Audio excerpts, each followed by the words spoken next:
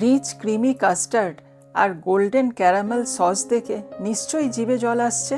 আমি অদিতি, আমার কিচেনে আজ আমি বানাচ্ছি ক্লাসিক ক্যারামেল কাস্টার্ড।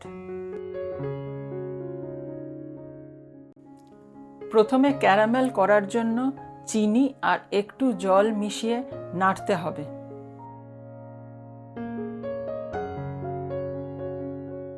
দেখো আস্তে আস্তে কালারটা আসছে। আমার ক্যারামেলটা রেডি হয়ে গেছে। এখন আমি এক একটা বলে ক্যারামেলটা নিয়ে নিচ্ছি।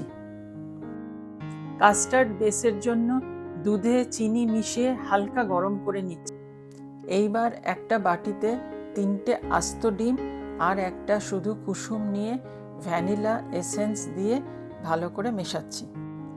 দুধটা রুম টেম্পারেচারে আসলে ডিম আর দুধ মিশিয়ে নিচ্ছি। মিশ্রণটা ছেঁকে নিয়ে ক্যারামেলের ওপরে দিয়ে দিচ্ছি। কাস্টার্ড বেস ওভেনে যাওয়ার জন্য রেডি। একটা ট্রেতে গরম জল নিয়ে নিচ্ছি। এইবার এই গরম জলের ট্রেতে বাটিগুলো বসিয়ে বেক করব। বেকিংয়ের পর কাস্টার্ডগুলোকে ফ্রিজে রাখতে হবে মিনিমাম 4 থেকে 6 ঘন্টা পর্যন্ত। ফ্রিজে কাস্টার্ডটা ভালো মতন সেট হয়ে গেছে। চলো এবার ডিমোল্ড করি। একদম পারফেক্ট গোল্ডেন কালার এসেছে।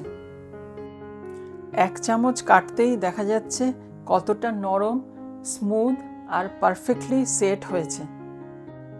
আমার ক্যারামেল কাস্টার্ডটা তোমাদের কেমন লাগলো কমেন্টে জানিও, আর অবশ্যই আমার চ্যানেলটাকে সাবস্ক্রাইব করো।